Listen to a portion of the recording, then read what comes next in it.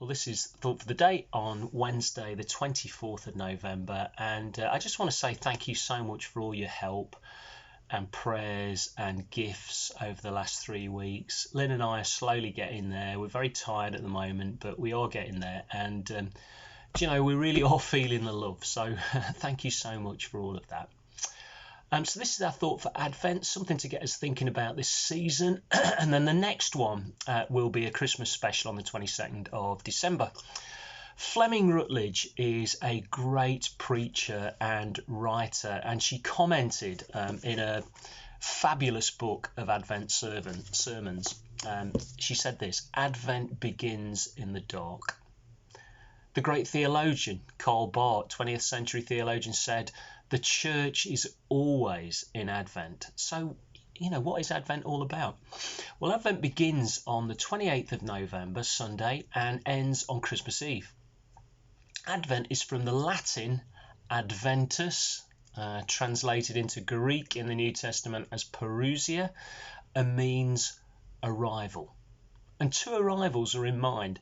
Jesus' arrival 2,000 years ago in Bethlehem, the historical game changer for the world, and Jesus' promised return is the second arrival to renew the world, to complete his work and to put things right. So what can we do while we wait for Jesus to come back? Do we just sit back and wait for him?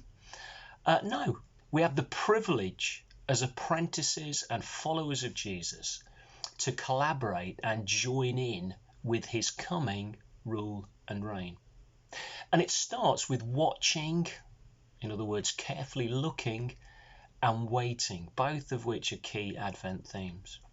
It's traditionally been a time when the global church has taken a long, hard look at the darkness of the world, and also a long, hard, unstinting look at the darkness inside ourselves. Those things which still need to change.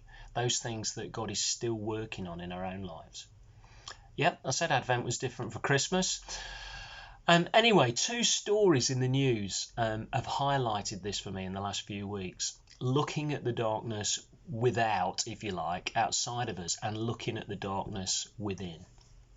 The situation on the Belarus-Polish border, using refugees in desperate need as political pawns to destabilise Europe, to cause economic and social chaos, to use those things as a political tool and those people in that way, it is beyond wrong. I think we would be quite correct to use the word evil to describe it. That's an expression of the darkness out there.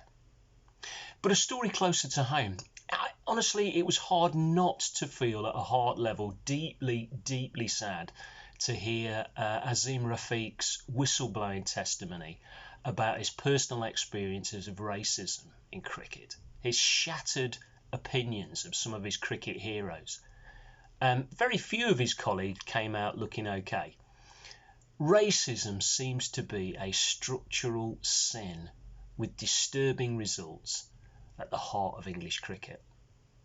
But then, it was all flipped on its head, discovering that Azim Rafiq had sent anti-Semitic posts and texts and possibly more.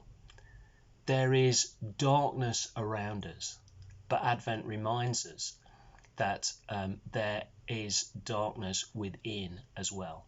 And with every bit of earnestness, think of the secrets of our hearts and bring them before the throne of God, where they can be transformed in his glorious light. So it's taken us a long while to get to the Bible, but can we reflect on two scriptures over this Advent season? The first one is John 1 and verse 5. The light shines in the darkness, and the darkness has not overcome it. Good one to plant like a seed in our hearts and souls, that one.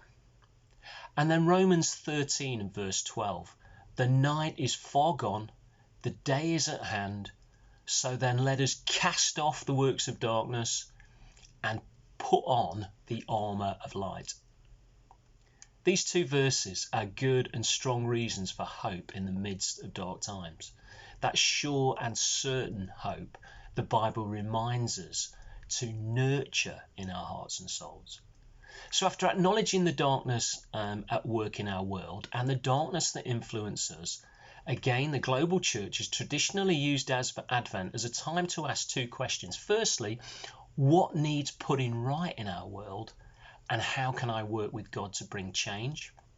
And secondly, what needs putting right in me, and how can I work with God to bring about that change? If you want to practically engage with those questions over Advent, I'll put some links in the chat at the end of this thought, and you can sign up for a daily devotional with Tear Fund. But other organisations we support at St Mary's, Christian Aid, Open Doors, USPG, all have campaigns over Advent and Christmas that we can engage with. And there'll be links for all of those in the chat below. There'll also be a number of Advent devotional booklets in church from the 28th of November that you can use if you prefer a hard copy of something. Signing up for something like that over Advent is a statement of intent that we're going to do something to impact our world for good and not just focus on ourselves over Advent and Christmas or our own families, to take steps to see our own hearts transformed. And so Advent is also a season of resistance to the darkness and celebration when we see the light breaking in. With hope in our hearts, let's look at the darkness of our world and ask God what candle of light we can bring to push it back and bring in the light. It's true that to do Advent right requires a certain amount of mental, emotional, and spiritual stamina. But let's remember as we do it, even when God seems hidden, his power is operative, whether we recognize it or not. Advent is bearing witness to, collaborating with God to resist the darkness and bring the light, and waiting expectantly for the coming of our Lord. Romans 4:18 says this, that Abraham hoped against hope. And it can feel like that sometimes, but we believe in a God who makes a way out of no way. Jesus has come, and he will come again. And he promised never to leave us or forsake us, and he is with us by his Spirit.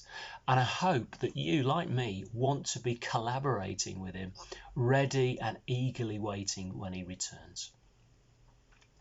John 1:5, the light shines in the darkness, and the darkness has not overcome it. Romans 13:12, the night is far gone, the day is at hand. So then let us cast off works of darkness and put on the armour of light.